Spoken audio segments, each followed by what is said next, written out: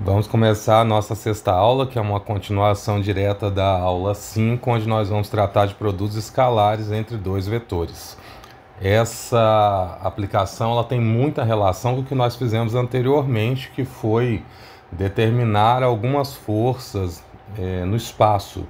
Mas a diferença principal é que essas forças atuavam na linha de ação de um vetor unitário que, de um modo geral, tinha um elemento estrutural, como uma barra ou um cabo. Então eu queria saber quais eram as componentes desse vetor força em relação a essa linha de ação que era um vetor posição. Agora, a ideia, embora ainda utilize esses conceitos, mas é uma ideia um pouco diferente. Eu tenho um outro vetor que está representado aqui, que é um vetor B, e esse vetor tem uma linha de ação completamente diferente da linha de ação de A. Mas existe um ponto onde essas linhas vão se cruzar. Então, a partir desse ponto de concorrência, eu consigo fazer a projeção do vetor B sobre o vetor A, e a partir disso eu consigo algumas informações. De modo prático, embora eu vou fazer uma descrição matemática do que a gente vai fazer, mas eu quero que vocês primeiro vejam qual é a nossa aplicação dentro da engenharia. E de modo prático, isso que nós vamos fazer é observar e analisar uma força B e entender como que essa força B atua sobre A, de modo que essa força tem uma linha de ação diferente da linha de ação de A, mas A consegue sentir a força que B exerce, porque a força B ela vai ser decomposta. E essa decomposição vai ser projetada sobre o vetor A. A partir dessa projeção, a força projetada de B sobre A vai ter um outro vetor que vai ser o vetor projeção da força B. E agora esse vetor projetado em A vai ter outras componentes em relação aos três eixos principais. Se nós pensamos em elementos estruturais, nós conseguimos facilmente perceber que, através do que nós vamos fazer agora, é possível determinar como que uma força atua em elementos estruturais diversos, dos quais ela não está diretamente exercendo uma força. Então, observe que essa força em B, ou melhor, essa força B na linha de ação B, ela não está diretamente atuando sobre A, mas ela vai ser projetada de modo que A possa sentir essa força B. Então, por aquela conversa que nós tivemos antes sobre equipolência, equivalência, eu posso tirar esses dois vetores dos seus locais, aproximá-los e encontrar o ângulo formado entre eles, que eu vou chamar de modo geral de θ. E a partir disso, nós vamos realizar esse objetivo 1, que é determinar o ângulo entre dois vetores. Então, isso é uma coisa possível com produto escalar. E no caso aqui eu falo que dois vetores ou as linhas de ação desses vetores, porque aqui, ó, essas duas linhas de ação fazem um ângulo θ que é idêntico ao ângulo θ que os dois vetores aproximados fazem. Então, é possível dizer isso. A segunda coisa que nós vamos fazer é determinar a componente de V que atua na direção de outro vetor. Isso é a primeira descrição que eu fiz. Então, eu vou determinar uma componente de B sobre A que atua sobre esse outro vetor, que tem linha de ação diferente do vetor inicial, que é o B. Com isso, eu consigo uma projeção de B sobre A. E essa projeção eu posso escrever dessa forma: projeção de B sobre A. É uma possibilidade de escrita. Bom, a partir disso, nós vamos perceber que os nossos problemas agora vão ser ou bidimensionais ou tridimensionais. As duas possibilidades são possíveis. O ângulo que vai estar envolvido nessas expressões serão ângulos que variam entre 0 e 180 graus de um modo geral. E o resultado que nós vamos obter desses cálculos serão valores escalares. Então, eu vou obter um escalar, já que eu tenho um produto escalar. Com isso, caso vocês não lembrem, vocês devem perceber que se eu tenho um escalar, eu posso ter um vetor também. Então, um produto escalar me dá um escalar. e o produto vetorial, que é a próxima aula, vai nos dar um vetor. Então, nesse momento, nossa preocupação é única e exclusivamente com escalares. E aí, a primeira coisa importante que nós temos é descrever essa expressão matemática que determina o produto escalar. Então, o produto escalar é dado por A ponto B, que é igual ao módulo de A vezes o módulo de B vezes o cosseno de θ, que é o ângulo formado entre eles. A partir disso que surge a projeção, né? Observem que quando eu calculo o cosseno de θ B cosseno de θ, eu projeto B sobre A. O tamanho de B vai diminuir na projeção, então vai ficar algo assim. A gente pegar uma vermelha aqui, ó, esse é B. Quando eu projeto ele sobre A, ele diminui. Então, isso é a projeção. E é isso que nós vamos calcular de um modo geral. Então, o que a gente vê? Esse membro aqui é o que vai dar a projeção de B sobre A. Se fosse o contrário, eu teria a projeção de A sobre B. Então, essa é a nossa ideia principal. Mas é interessante perceber também que isso aqui tem algumas características, né? Então, eu posso escrever o seguinte. E essa primeira é muito importante. O produto escalar de A por B é igual ao produto escalar de B por A.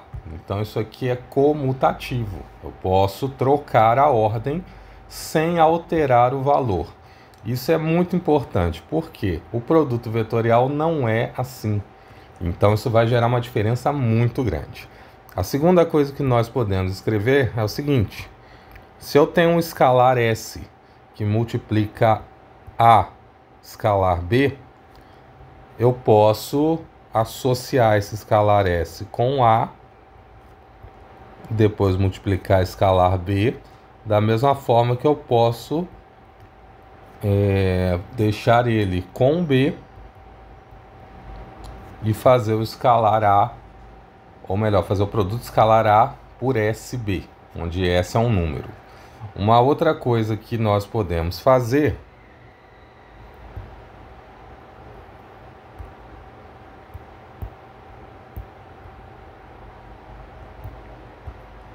é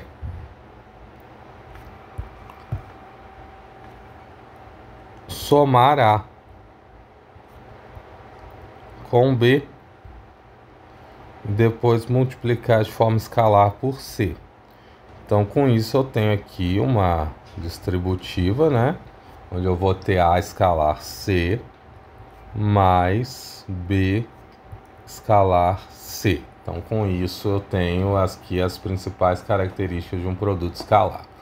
Agora, como exemplo, eu coloquei essa imagem aqui, onde nós temos dois vetores, um vetor A e um vetor B, que são formados aqui por B com intensidade 2 e A intensidade, ou melhor, B intensidade 3 e A intensidade 2.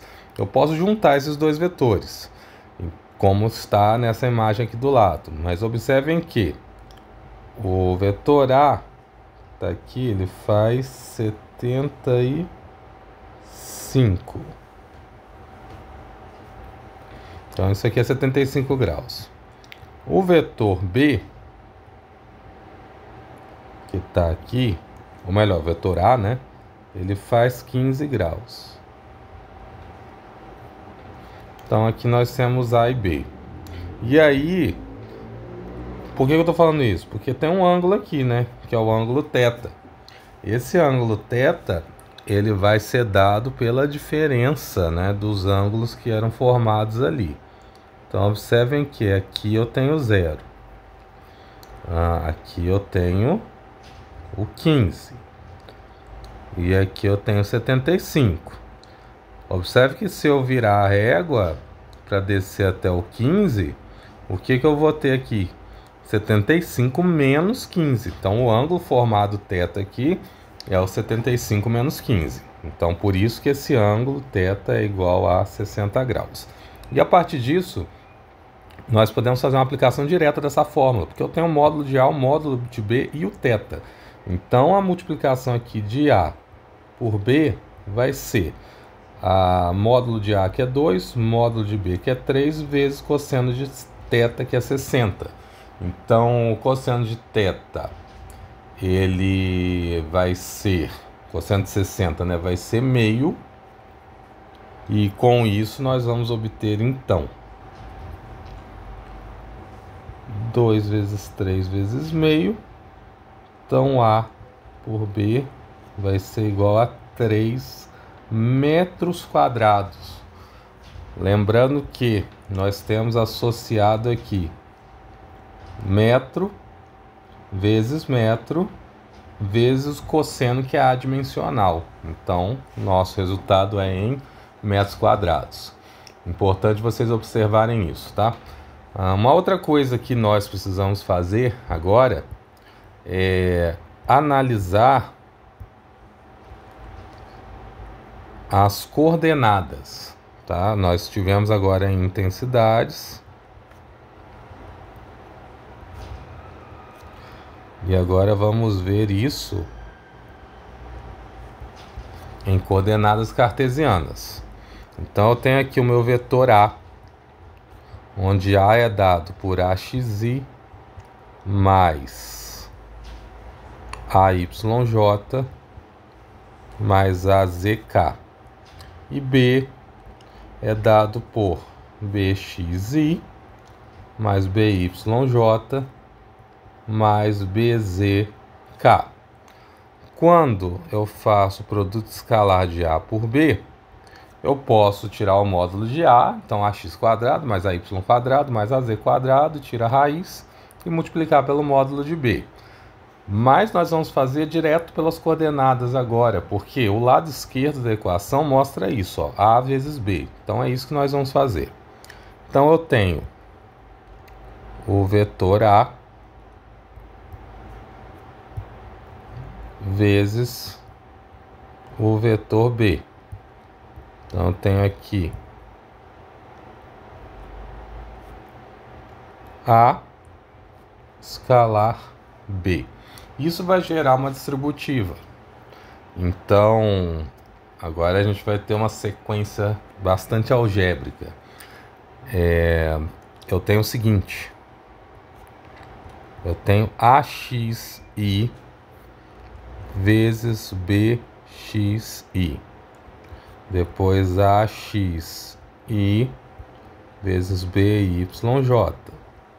Depois AXI vezes BZK. Agora a segunda sequência, que vem AYJ vezes B, vezes BY, vezes BZ. Então, eu vou até mudar de cor. Eu tenho AYJ vezes BXI mais AYJ vezes BYJ mais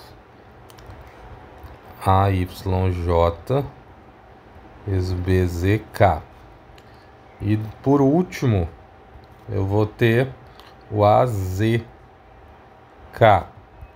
vezes BXI mais AZK vezes BYJ mais AZK vezes BZK.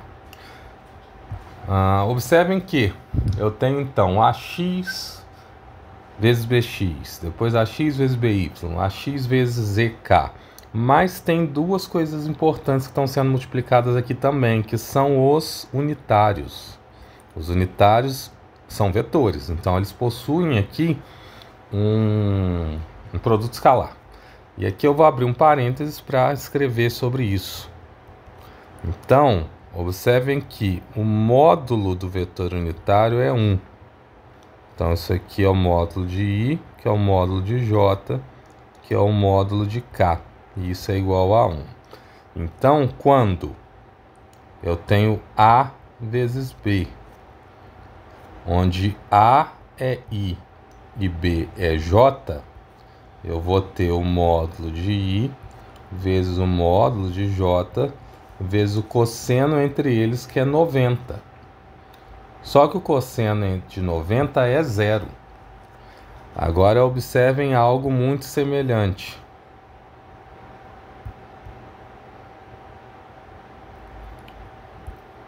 Agora eu não vou ter mais o J, mas eu vou ter o I. I com I tem um ângulo de zero. E isso dá 1. Então, nesses dois pontos, o que nós vemos?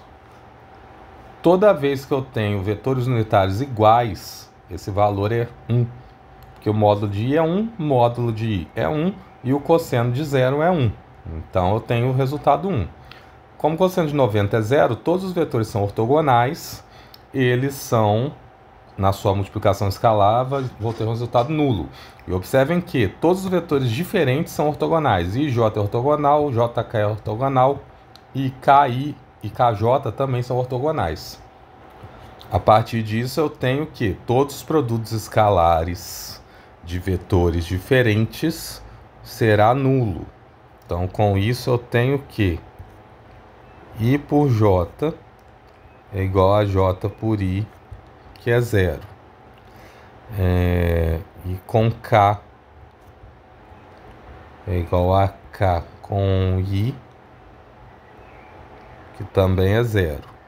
Depois, J com K é igual a K com J, que também é zero.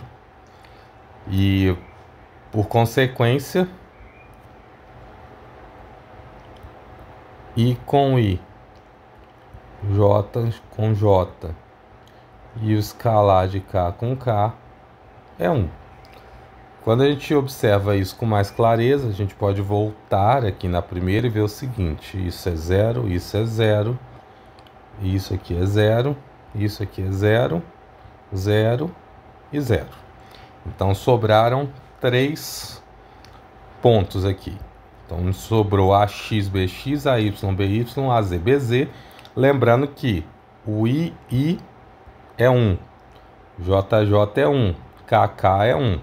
Então, o resultado disso aqui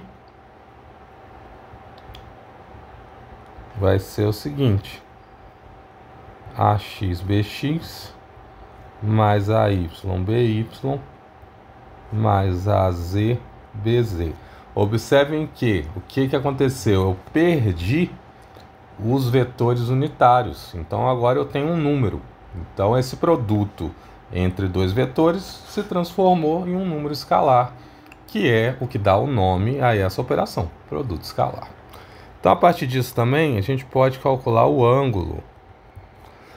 O ângulo é algo muito importante. Quando você olha para essa expressão aqui de cima, eu vou até copiar ela.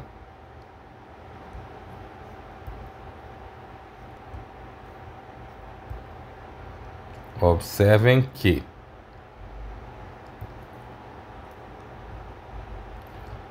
eu posso isolar esse cosseno aqui e com isso eu vou ter cosseno de θ é igual a A escalar B dividido por módulo de A vezes módulo de B. Fazendo a operação do cosseno inverso, então eu vou obter que θ é igual ao cosseno inverso de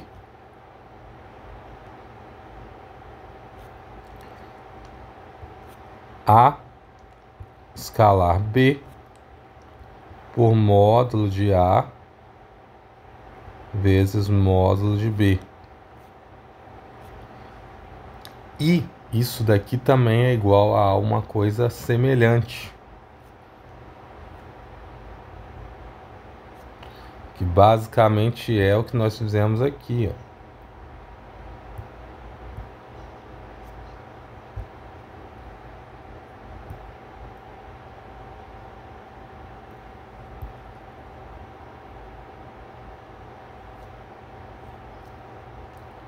Então, o produto escalar dividido pelo produto dos módulos de A e de B. Então, são duas formas de escrever essa expressão para calcular o ângulo ou melhor, o ângulo entre dois vetores. Agora, nós voltamos aqui nessa imagem e eu já coloquei um texto aqui, porque nós vamos pensar nas componentes vetoriais, mesmo que em função de um produto escalar. Lembre-se que o produto escalar dá um vetor, mas eu tenho alguns processos aqui que me levam a obter uma componente vetorial para cada um dos vetores. Eu comentei com vocês agora há pouco que eu tenho um vetor f que uma direção qualquer tem a sua linha de ação. Essa linha de ação de f cruza em algum ponto com a linha de ação de r. A partir disso, f vai ser projetado sobre r. Vejam aqui na figura ao lado que essa projeção diminui o tamanho do vetor, porque vai ser o que? Eu tenho um triângulo aqui, eu posso usar o teorema de Pitágoras para calcular cada lado, mas como eu tenho o ângulo θ, o que eu vou usar vai ser uma relação trigonométrica para conseguir obter que cosseno de θ é igual ao cateto adjacente dividido pela hipotenusa. Então, a partir disso, eu passo a hipotenusa multiplicando, mas a hipotenusa é a própria intensidade do vetor f. Então, a partir disso, a projeção do vetor f, que eu vou chamar de componente paralela do vetor sobre um vetor posição qualquer, ou a componente paralela a uma direção, a uma linha de ação, que é a linha de ação de outro vetor posição diferente daquele no qual f está. Então, isso aqui vai ser a componente paralela a esta direção nova, que vai ser dada pelo módulo de f cosseno θ. Mas quem é o cosseno θ? O cosseno θ é o vetor unitário associado a essa situação. Então, a partir disso, eu vou escrever uma expressão que, entre aspas, é conhecida. Mas vocês vão perceber que tem uma diferença muito fundamental. Então, deixa eu abaixar essas duas aqui. Então, o que eu vou escrever agora é a componente paralela de f. E ela vai ser dada da seguinte forma. A f vai ser o f paralelo, eu vou chamar dessa forma, tá? Vai ser igual ao vetor f vezes o vetor unitário da direção qualquer que eu estou avaliando. Então, isso pode ser simplificado por f vetorial vezes o vetor unitário r. Então, aqui nós temos duas características importantes. O vetor unitário, ele é adimensional. Se ele não fosse, o que eu ia obter aqui? Newton vezes metro, que é a unidade de energia ou unidade de momento, torque. Então, como ele é adimensional, multiplicar F por ele vai me dar um valor em unidades de força, o que quer dizer que está tudo bem. Agora aqui para o segundo, o que eu vou ter é o seguinte: quando eu fizer essa multiplicação, eu vou ter F como um escalar. Inclusive, deixa eu até corrigir isso aqui. Aqui não é um vetor, tá? Aqui é um escalar. Então, eu obtenho o F paralelo como um escalar.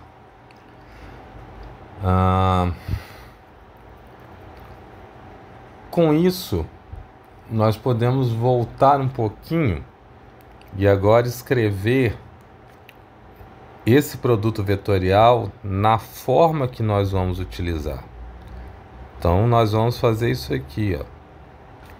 F vezes R. E isso vai nos dar uma força paralela a uma direção qualquer. Mas observem que esse cálculo é dado pelo módulo de F vezes o módulo de R e vezes o cosseno de θ. Quando eu analiso ou melhor, um módulo de R unitário, né? Quando eu analiso aqui que esse R tem um módulo 1 e eu tenho aqui o cosseno, eu tenho essa expressão vai dar a característica aqui da projeção, né, que eu vou projetar F sobre esse vetor R. Então, é dessa forma que nós vamos fazer isso. Como nós temos uma componente paralela, sem dúvida nós vamos ter também uma componente que é ortogonal ou perpendicular. E essa componente perpendicular dF. Então, observe na imagem o seguinte. Eu tenho o meu vetor F, tenho a posição na qual ele vai ser projetado. E a partir disso eu vou diminuir o tamanho desse F sobre o vetor R. Mas eu também vou ter uma componente de F que vai ser ortogonal a esse vetor. Por quê? Pelo método ponta-cauda, eu tenho ponta de F, que é o primeiro vetor, cauda do outro, que é o perpendicular. Então, isso aqui dá uma soma, e essa soma é o próprio vetor F. Então, a partir disso, eu tenho aqui um vetor, ou melhor, um triângulo, que eu posso usar o teorema de Pitágoras, porque ele tem um ângulo de 90 graus, e a partir disso, nós podemos determinar as intensidades vetoriais. Também, se eu colocar o sinal vetorial, eu posso identificar quais são as expressões vetoriais para cada um desses vetores. A partir disso, nós temos 4 coisas para fazer. Determinar qual é a projeção de F sobre R. Isso vai nos dar um vetor,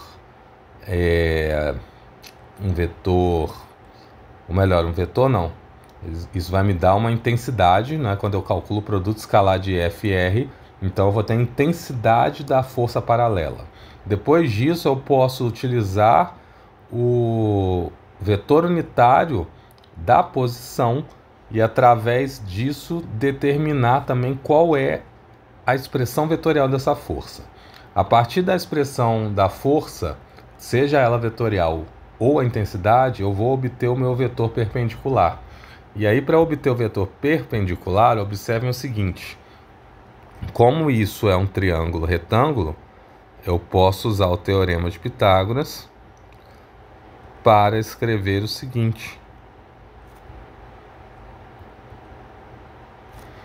Que a raiz quadrada de F menos o F paralelo ao quadrado vai dar o vetor F perpendicular, né? Isso aqui leva então a essa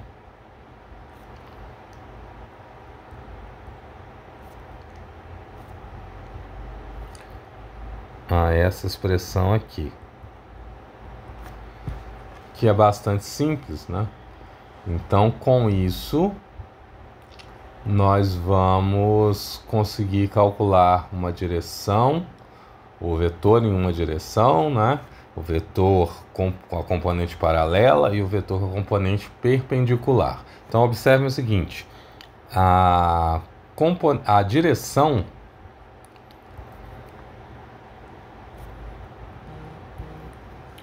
eu posso utilizar, vou chamar aqui de componente vetorial.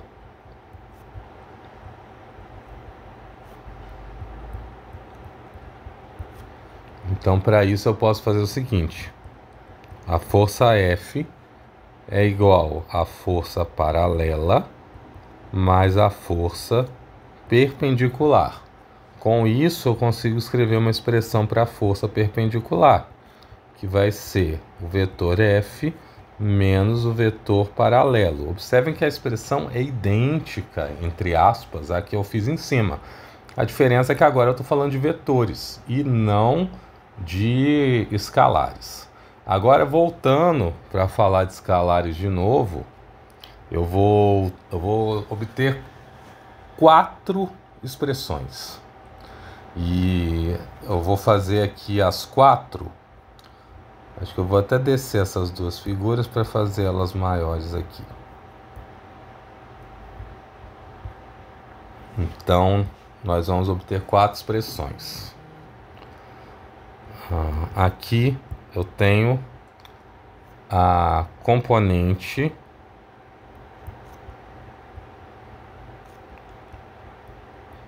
paralela de f.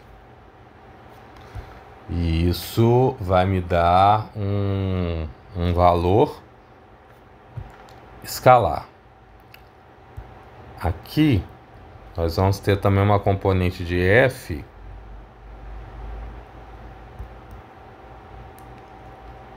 só que agora vetorial. Então, para isso eu vou tirar esse símbolo de vetor, para vocês não confundirem. Então, observem que a minha componente paralela de f, ela é dada por o vetor f vezes o vetor unitário na direção específica que eu estou calculando. E na componente paralela, o que eu vou ter agora é um vetor. Então, esse vetor dado aqui, que eu vou chamar de componente paralela, ele vai ser uma expressão semelhante, mas diferente. Essencialmente diferente. Que eu posso escrever de duas formas isso aqui, né?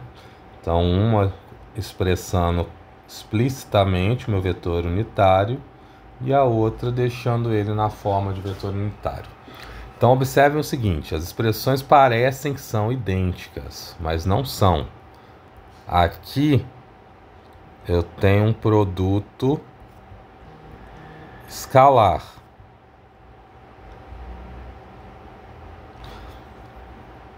Aqui eu tenho uma multiplicação normal. Isso aqui é um número e aí isso aqui é um vetor. Então eu vou multiplicar o número por um vetor. Então o que nós fizemos antes foi isso. Eu tinha um vetor paralelo a uma direção e eu multiplicava esse vetor por essa direção através de um vetor unitário, que era o vetor posição unitário.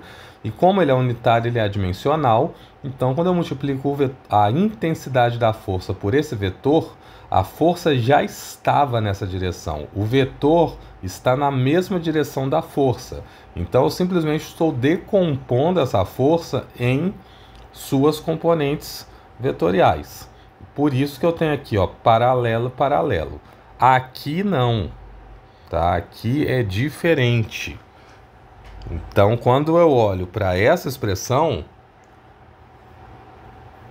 eu tenho a componente, eu vou obter uma componente paralela, eu vou até deixar de vermelho esse paralelo, mas eu vou fazer isso através do seguinte, ó, o vetor está aqui, o vetor f, que é esse vetor, ele não tem nada a ver com o vetor r, é outra coisa. Então, quando eu multiplico ele por r, o r é que é paralelo. Então, a força que eu descubro, ela é paralela ao r, ao vetor posição. Ó, o vetor posição está aqui. Então, quando eu multiplico por este vetor posição, é nesse sentido que ela é paralela, tá? Ela é paralela ao vetor posição que está em outra direção. Então, essa é a nossa primeira questão, né? A segunda, que vai me dar mais duas expressões, é quando eu multiplico agora para obter um vetor perpendicular.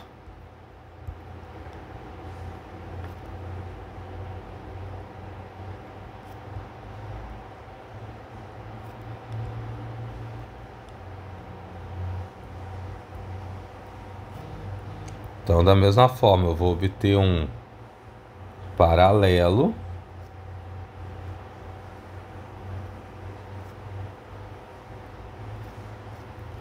e vou obter um que vai ser ortogonal.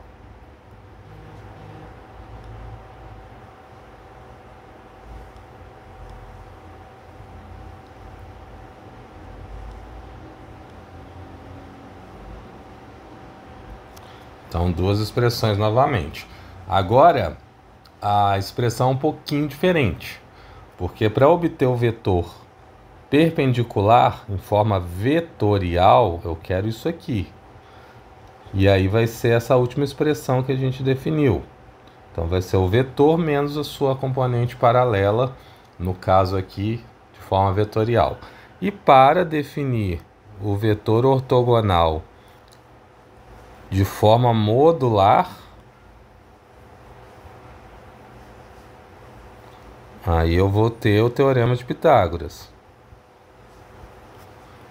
Então, com isso, nós obtemos os vetores paralelos, ortogonais ou perpendiculares, suas componentes vetoriais do lado direito e as suas intensidades do lado esquerdo. Então é isso que nós vamos fazer ao longo desse subcapítulo. Encontrar todas essas expressões. Então, vamos seguir agora para o primeiro exemplo que ele traz, que é o exemplo 2.14. Nesse exemplo eu tenho o seguinte, eu tenho dois cabos e uma barra. Então, os cabos 1 tem uma posição R1, cabo 2 tem uma posição R2, um vetor posição, e o cabo e a barra, ela é dada por um vetor RAB. E esses três vetores são dados aqui. Então, o que é solicitado é qual é o ângulo que é formado entre os vetores, posição dos cabos e da barra. Basicamente calcule o ângulo entre a cabo e a barra 1 e 2. Então esse é o nosso objetivo. Então esse ângulo vai ser o menor ângulo formado entre eles, ok? Então vamos fazer isso agora. A primeira coisa que a gente precisa fazer para começar é escrever a expressão da intensidade de cada um desses vetores. Então, nós vamos calcular o módulo de RAB, o módulo de R1 e... acho que cabe tudo aqui, né? O módulo de R1 e o módulo de R2. Então, com as expressões que já foram dadas aqui, eu consigo calcular o módulo de cada um. Para RAB eu vou ter o módulo 11, para R1 o módulo vai ser 7 e para R2 eu vou ter o módulo igual a 13. A partir disso, eu vou calcular o ângulo θ1 e o ângulo θ2. Então, θ1 é o cosseno inverso de RAB por R1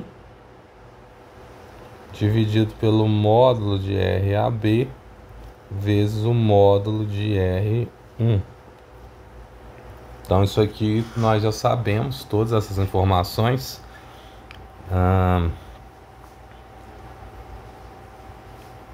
Aqui então o cosseno inverso de módulo de AB é 11, o módulo de R1 é 7, o RAB é 6, I mais 9J menos 2K, e o R1 é 6I mais 3J mais 2K. Então, fazendo essa conta, nós vamos obter aqui 40 graus entre R1, ou seja, aqui, né? Entre R1 e o cabo. Agora, para θ2, nós vamos fazer a mesma coisa. Só que agora, em vez de R1, eu vou ter R2.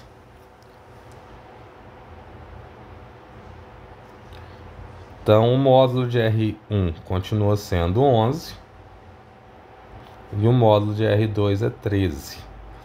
A partir disso, eu sei que R1 é 6i mais 9j menos 2k. E R2 é menos 4i menos 12j mais 3k. Fazendo essa conta, lembrando que 6 vezes menos 4 mais 9 vezes menos 12 mais menos 2 vezes 3, tá? E aí eu vou obter um número sozinho, que eu vou dividir por 11 vezes 13. Então, θ2 é igual a 164,8. Com isso, então, a gente termina esse primeiro exemplo.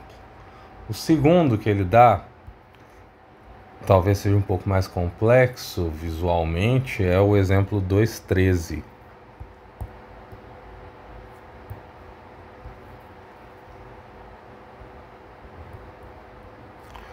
No 2.13 ele dá essa figura e ele pede para determinar A, B e θ. Então aqui eu tenho essa forma, ela vai ser retirada, porque na verdade ela não existe, né? Eu tenho aqui essa estrutura e eu preciso encaixar uma forma desse triângulo nela. Observem que isso é tridimensional. Então eu quero saber qual é o molde dessa peça que eu preciso colocar aqui, né?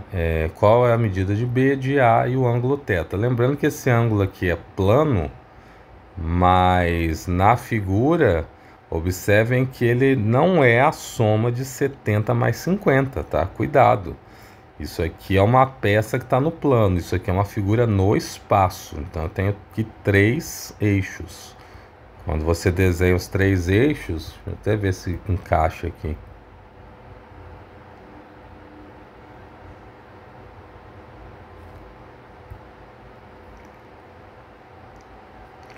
Então observem aqui assim,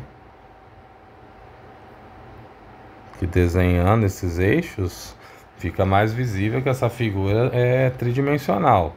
Então não é exatamente a soma dos dois ângulos, tá? Cuidado com isso. Bom, nós vamos fazer o seguinte processo. Vamos analisar essa peça e essa, porque são dadas duas alturas aqui. Então, a partir dessas duas alturas, fica mais fácil da gente conseguir, né, analisar quais são essas medidas. Antes disso, eu vou fazer uma alteração para seguir o padrão do livro aqui nosso, onde aqui, em vez de 2 polegadas, a gente vai usar 50 milímetros e aqui embaixo 75 milímetros referente às 3 polegadas, para resolver isso nas unidades de gente, né? Então, vamos colocar no sistema internacional. Bom, quando eu olho para esse triângulo aqui, observem que ele tem 70 graus, mas eu já tenho aqui a medida de 2, de 50 no caso, né? Que é isso aqui. Então eu consigo calcular essa hipotenusa que é o A, de forma bastante tranquila. Para isso, então, o que eu vou fazer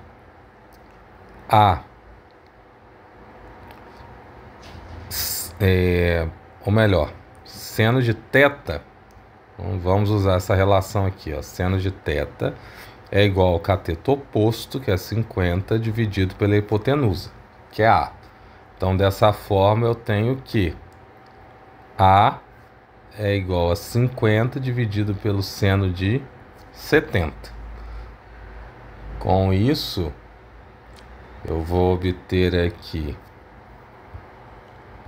50 dividido pelo seno de 70 vai dar 53,2 milímetros. Para a parte de baixo, eu tenho a mesma estrutura. Então, eu tenho aqui um outro triângulo, onde eu tenho B, tenho a altura que é 75 e tenho o ângulo. Então, de novo, eu posso usar a mesma relação. Seno de θ agora é igual a 75 dividido por B. Então, com isso, B é igual a 75 dividido pelo seno de 50 agora. Deixa eu só tirar isso aqui do caminho. Então, 75 dividido pelo seno de 50 vai dar 97,9 milímetros. E agora, o que nós obtivemos com isso? O módulo do vetor A e do vetor B. Eu vou transformar isso em vetores, tá? Então, para transformar isso em vetores, eu consigo seus módulos e a partir disso eu também posso determinar outras coisas relevantes. Mas ao invés de usar o módulo do vetor, no caso o vetor completo aqui, né, o inteiro AB, a gente pode achar o vetor unitário dele, que talvez seja uma opção mais interessante. Então, observem o seguinte: o vetor RA, no caso dele unitário, ele aponta para a esquerda, então ele é negativo, cosseno de 70, e ele aponta para cima, então seno de 70 em J. Então esse aqui é o meu vetor unitário A. Eu vou até tirar isso aqui, ó. Ele é unitário. Por que ele é unitário? Porque eu sei que o tamanho dele é 53. Então, para ele ser o vetor, eu teria que multiplicar por 53. Agora, para o B, eu vou fazer a mesma coisa, só que os dois vão ser negativos, né? O cosseno de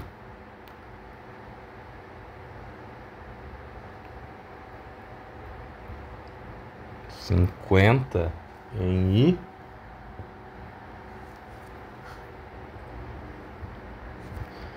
I bom, na verdade, não vai ser negativo, vai ser positivo. Eu vou ter o seno de 50 em K. Por que vai ser positivo? Porque não é... aqui eu estava em um plano, ó, que é o plano do IJ, o plano XY, né? Agora eu estou analisando isso aqui no plano XZ. Então, por isso que vai ser positivo também. Bom, a partir disso a gente consegue calcular o ângulo, né? O ângulo vai ser θ cosseno inverso. Então, θ vai ser igual ao cosseno inverso de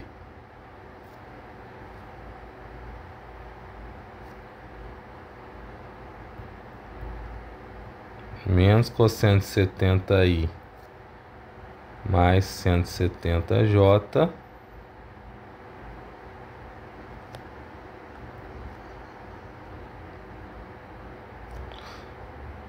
vezes menos cosseno de 50i mais seno de 50j, j não, k.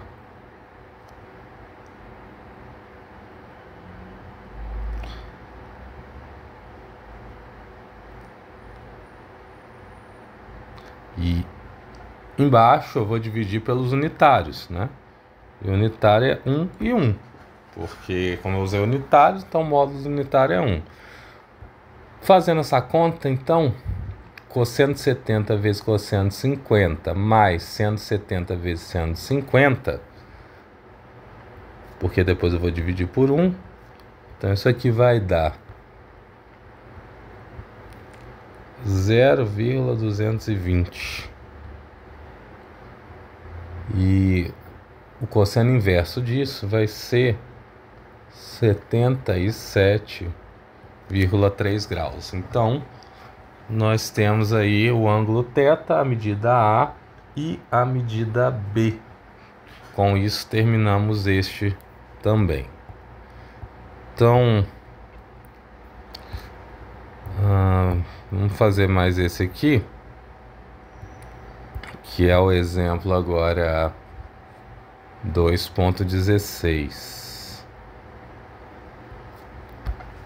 Então ele solicita o seguinte: eu tenho aqui esse trator e ele tem um cabo que está na direção R1 e esse cabo está submetido a uma força, né, ó, então ele fala aqui, ó, um trator está atolado na lama e para liberá-lo um cabo aplicando uma força de intensidade F e direção R1 é preso na sua dianteira. Então é essa situação aqui. Eu tenho o cabo, eu tenho a força, né, essa força aqui que está associada com esse cabo, que é a força F, e o operador estima que uma força de 1.800 aplicada na direção DR2 é suficiente para liberá-lo. Então eu vou ter aqui uma força F paralela a R2, que é 1.800 newtons. Então observem o que ele diz, né? Que ele estima uma força de 1.800 nessa direção. Provavelmente então vai ser a intensidade da força. E no caso, como ele dá 1.800 newtons, a gente supõe exatamente isso. Então determina a força do cabo que deve ser aplicada e a componente dessa força perpendicular à direção do chassi. Então basicamente o que ele quer saber: qual é a força F que é aplicada aqui e qual é a componente perpendicular dela em relação à direção R2. Então para isso nós vamos fazer o seguinte: os vetores foram dados aqui do lado, né? Então eu tenho aí R1 e R2 e a gente já imagina que eu vou precisar do módulo de cada um deles. Então a primeira coisa que nós vamos fazer é obter o módulo de R1 e o módulo de R2. Quando eu calculo o módulo de cada um deles, então eu vou obter o seguinte: 650 para R1 e raiz de 21 para R2. Então vamos analisar de cima para baixo. Essa força F que está escrita aqui de vermelho, ela é igual a F, a intensidade, vezes o vetor unitário R1. Então dessa forma eu obtenho essa força. Mas o que ele está falando aqui é o seguinte: que a projeção de F sobre R2 vai gerar uma força de 1.800 newtons. Então essa força paralela a R2, ela vem da projeção da força F sobre R2. Então a partir disso eu posso escrever que essa força aqui, F paralelo a R2, ela é na verdade a substituição desta nessa segunda. Então isso vai gerar um F vezes R1 dividido pelo módulo de R1 vezes R2 dividido pelo módulo de R2. Observem que eu tenho duas projeções sequenciais, né? Então, para fazer esse cálculo aí, observem que o 1.800 é o próprio FR2. Então isso aqui é igual a 1.800. A partir disso, então, eu vou conseguir escrever aqui o vetor R1, melhor, F, vezes R1, que é 200i, mais 600J, mais 150K, vezes o R2, que é menos 2i, mais 4J, menos K, e isso tudo a gente vai dividir pelos módulos. São 650 vezes raiz de 21. Fazendo essa conta toda aqui, a gente vai obter alguns valores, né? Que vão ser os seguintes: 1.800 igual a F vezes 0,7 621. Então, fazendo essa divisão aqui, eu vou obter o módulo de F, que vai ser 2.899 newtons. A partir disso, nós vamos fazer o seguinte: para obter a expressão vetorial dessa força, eu vou pegar a intensidade da força, que agora eu sei, e vou multiplicar pelo vetor unitário na direção de 1, porque era isso que eu queria descobrir antes. Então isso aqui vai ser o 2.899 vezes o vetor unitário R1, onde R1 aqui é 200i, mais 600J, mais 150K. E isso dividido por 650. Então, com isso, eu vou obter uma expressão vetorial para a força F, que é a força na direção de R1. Para a força paralela, observem que eu já tenho o 1.800, né? Então, eu vou pegar aqui essa expressão da força paralela, no caso ao R2, e vou multiplicar pelo unitário de R2. E aí, isso vai me dar uma outra expressão, que vai ser o 1.800, dividido agora por raiz de 21, vezes menos 2i, mais 4j, menos k. E aí eu vou obter o vetor força agora paralelo à direção de R2, porque eu já tenho esses dois valores, ok? Depois de fazer isso, nós podemos obter o vetor força ortogonal. Mas vamos escrever primeiro uma expressão vetorial para essas forças e depois nós nos preocupamos com isso. Bom, então fazendo as contas, nós obtemos os dois vetores azuis que eu coloquei aqui para adiantar a nossa conta. A partir disso, nós precisamos definir a expressão do vetor ortogonal, que é a mais fácil, porque o vetor ortogonal é o vetor f ao quadrado menos o vetor paralelo ao quadrado, em intensidades. Então, observem que nós já temos esses valores aqui, porque a intensidade do vetor, que seria a hipotenusa, é 2.899.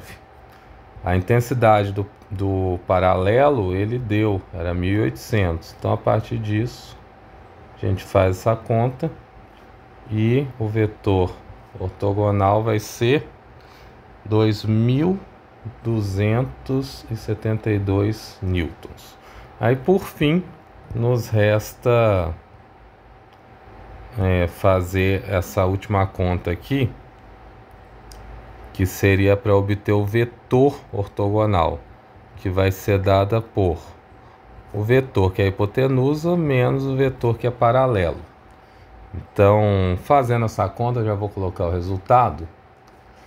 Nós temos duas opções, tá? Um é porque a gente já obteve os vetores aqui. Se eu não tivesse esses valores, eu faria este menos este.